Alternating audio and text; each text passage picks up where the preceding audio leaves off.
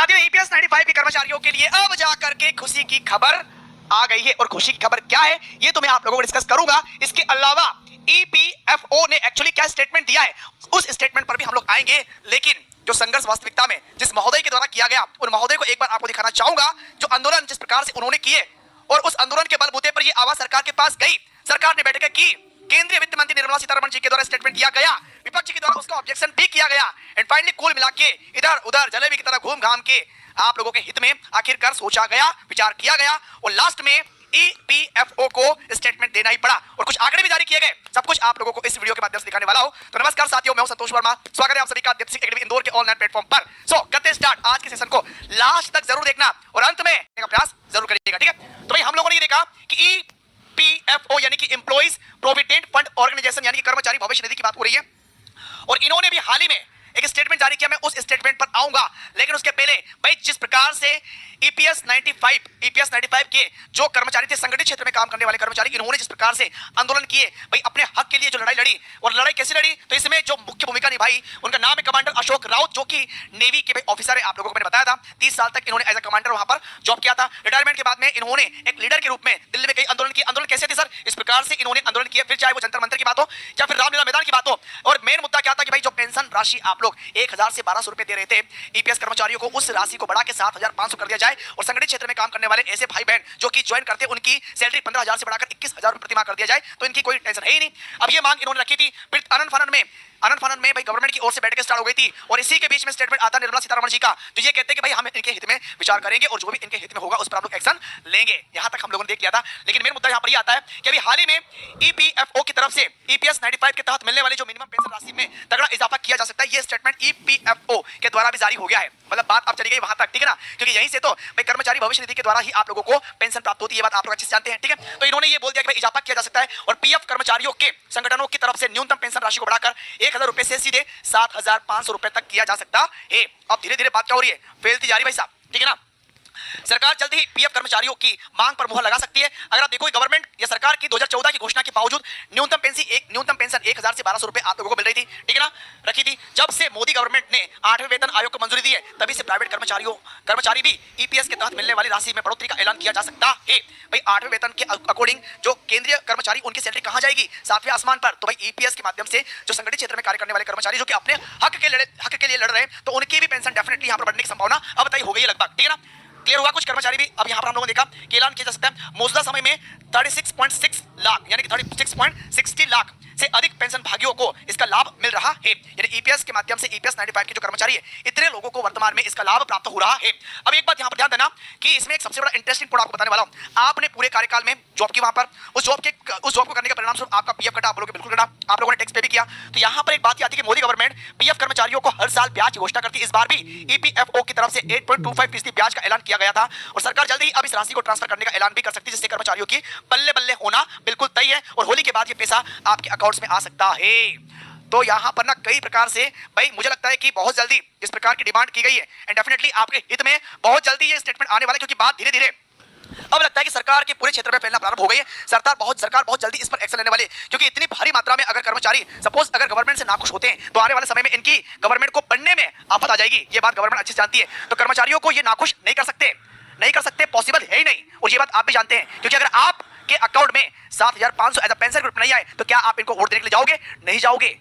और आपके साथ में अभी अपोजिशन पार्टी जमाने भर की अभी खड़ी होने वाली है। हालांकि फिलहाल गवर्नमेंट आपके हित में तमाम प्रकार के निर्णय लेने में सक्षम है और निर्णय ले भी रही है और बहुत जल्दी होली तक या होली के पहले भी एक गुड न्यूज आपके लिए मिल सकती है, आपको मिल सकती है। बाकी जो भी न्यूज मिलेगी वो इसी प्रकार से वीडियो के माध्यम से आप लोगों तक पहुंचाई जाएगी। तो साथियों ईपीएस 95 के कर्मचारियों के लिए अब जाकर के खुशी की खबर आ गई है और खुशी की खबर क्या है ये तो मैं आप लोगों को डिस्कस करूंगा। इसके अलावा ईपीएफओ ने एक्चुअली क्या स्टेटमेंट दिया है उस स्टेटमेंट पर भी हम लोग आएंगे। लेकिन जो संघर्ष वास्तविकता में जिस महोदय के द्वारा किया गया उन महोदय को एक बार आपको दिखाना चाहूंगा। जो आंदोलन जिस प्रकार से उन्होंने किए और उस आंदोलन के बलबूते पर यह आवाज सरकार के पास गई, सरकार ने बैठकें की, केंद्रीय वित्त मंत्री निर्मला सीतारमण जी के द्वारा स्टेटमेंट दिया गया, विपक्ष के द्वारा उसका ऑब्जेक्शन भी किया गया एंड फाइनली कुल मिला के इधर उधर जलेबी की तरह घूम घाम के आप लोगों के हित में आखिरकार सोचा गया, विचार किया गया और लास्ट में ईपीएफओ को स्टेटमेंट देना ही पड़ा और कुछ आंकड़े भी जारी किए गए। सब कुछ आप लोगों को इस वीडियो के माध्यम से दिखाने वाला हूं। तो नमस्कार साथियों, मैं हूं संतोष वर्मा। स्वागत है आप सभी का दीप्ति एकेडमी इंदौर के ऑनलाइन प्लेटफॉर्म पर। सो करते स्टार्ट आज के सेशन को। लास्ट तक जरूर देखना और अंत में का प्रयास जरूर करिएगा, ठीक है। तो भाई हम लोगों ने ये कहा कि ईपीएफओ यानी कि एम्प्लॉइज प्रोविडेंट फंड ऑर्गेनाइजेशन यानी कि कर्मचारी भविष्य निधि की बात हो रही है, और इन्होंने भी हाल ही में एक स्टेटमेंट जारी किया। मैं उस स्टेटमेंट पर आऊंगा, लेकिन उसके पहले भाई जिस प्रकार से ईपीएस 95 के जो कर्मचारी थे, संगठित क्षेत्र में काम करने वाले कर्मचारी, इन्होंने जिस प्रकार से आंदोलन किए भाई अपने हक के लिए जो लड़ाई लड़ी, और लड़ाई कैसे लड़ी, तो इसमें जो मुख्य भूमिका निभाई उनका नाम है कमांडर अशोक राउत, जो कि नेवी के ऑफिसर है। आप लोगों को मैंने बताया था 30 साल तक इन्होंने एज ए कमांडर वहां पर जॉब किया था। रिटायरमेंट के बाद में इन्होंने एक लीडर के रूप में दिल्ली में कई आंदोलन किए। आंदोलन कैसे थे सर, इस प्रकार से इन्होंने आंदोलन किया, फिर चाहे वो जंतर मंतर की बात हो या फिर रामलीला मैदान की बात हो। और मेन मुद्दा क्या था कि भाई जो पेंशन राशि आप लोग 1000 से 1200 रुपए दे रहे थे ईपीएस कर्मचारियों को, उस राशि को बढ़ा के 7500 कर दिया जाए, और संगठित क्षेत्र में काम करने वाले ऐसे भाई बहन जो कि ज्वाइन करते उनकी सैलरी 15000 से बढ़ाकर 21000 रुपए प्रतिमाह कर दिया जाए, तो इनकी कोई टेंशन है ही नहीं।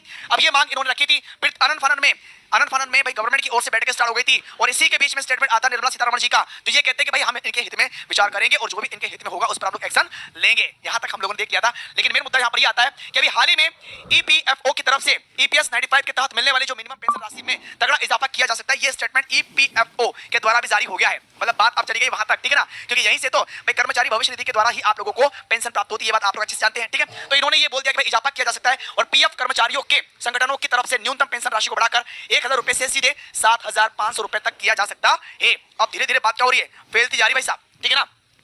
सरकार जल्द ही पीएफ कर्मचारियों की मांग पर मुहर लगा सकती है। अगर आप देखो गवर्नमेंट या सरकार की 2014 की घोषणा के बावजूद न्यूनतम पेंशन 1000 से 1200 रुपए आप लोगों को मिल रही थी, ठीक है ना, रखी थी। जब से मोदी गवर्नमेंट ने 8वें वेतन आयोग को मंजूरी दी है, तभी से प्राइवेट कर्मचारी भी ईपीएस के तहत मिलने वाली राशि में बढ़ोतरी का ऐलान किया जा सकता है। भाई 8वें वेतन के अकॉर्डिंग जो केंद्रीय कर्मचारी, उनकी सैलरी कहां जाएगी, 7वें आसमान पर। तो भाई ईपीएस के माध्यम से जो संगठित क्षेत्र में कार्य करने वाले कर्मचारी जो कि अपने हक के लिए लड़ रहे हैं, तो उनकी भी पेंशन डेफिनेटली यहां पर बढ़ने की संभावना अब तय हो गई है लगभग, ठीक है ना।